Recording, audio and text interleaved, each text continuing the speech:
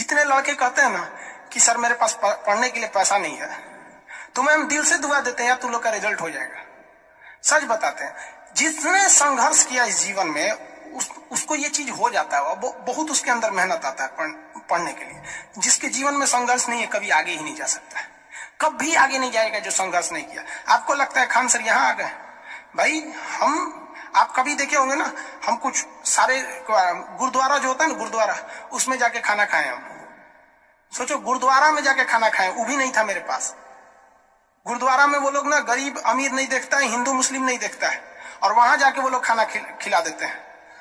अनाथ आश्रम में जाके खाए, इसलिए आज भी अपना चलाते हैं। तो ऐसा नहीं है कि किसी को कामयाबी बना के मिलती है, लेकिन जो इंसान मेहनत करेगा ना उसे कभी कोई आगे बढ़ने से नहीं रोक सकता। पढ़ाई से मुंह मत मोड़िएगा, समस्याएं आती रहेंगी जाती रहेंगी, आप पे लोग हंसेंगे। याद रखिएगा मेरी बात, जिस पर ये जग हंसा है उसने इतिहास रचा है।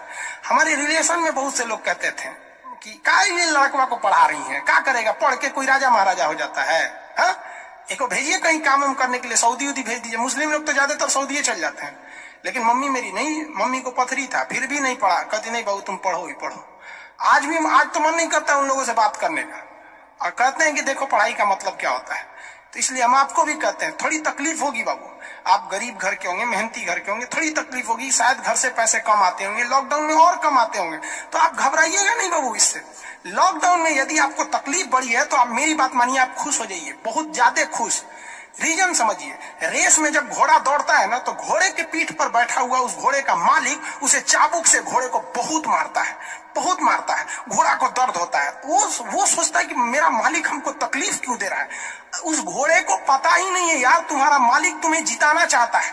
उस चाबुक के डर से वो घोड़ा दौड़ता है और रास्ते में वही घोड़ा जीत जाता है। तो याद रखिएगा, आपका मालिक ऊपर वाला है। अगर वो आपको बहुत तकलीफ दे रहा है ना, तो आप उस तकलीफ से घबराइए मत, बल्कि खुश हो जाइए कि आपका मालिक आपको जिताना चाह रहा है। जिस घोड़े को चाबुक नहीं पड़ेगा वो कभी रेस नहीं जीत सकता है। तो जिस इंसान को कभी तकलीफ नहीं देगा भगवान, वो कभी आगे नहीं जा सकता है। वो पत्थर कभी नहीं पूजा जाएगा जिसे छीनी हथौड़ी से तराश कर एक मूर्त की मूर्ति न दी जाएगी यहाँ पर। तो आपके जीवन में अगर तकलीफ नहीं आती है तो आप आगे नहीं बढ़ेंगे। और जिन्हें तकलीफ आती है, गरीबी आती है, समस्याएं देखने को मिलती है, पड़ोसी हंसता है, याद रखिएगा एक दिन वही लोग आपका नाम इज्जत से लेंगे वहां पर। और फिर आप उन लोगों से, खैर आप माफ कर दीजिएगा, सबको माफ कर दीजिएगा, ये बहुत बड़ा अपने आप में बल है। सबसे बड़ा बल नाभिकीय बल होता है, सबसे बड़ा बल, और सबसे कमजोर बल गुरुत्वीय बल होता है। लेकिन हमारे हिसाब से सबसे बड़ा बल होता है कि जब आप गुनाह न किए हो और आपको सजा दिया जा रहा हो और फिर आप उसे माफ कर दें। कोई आपसे बिना वजह खफा हो जाए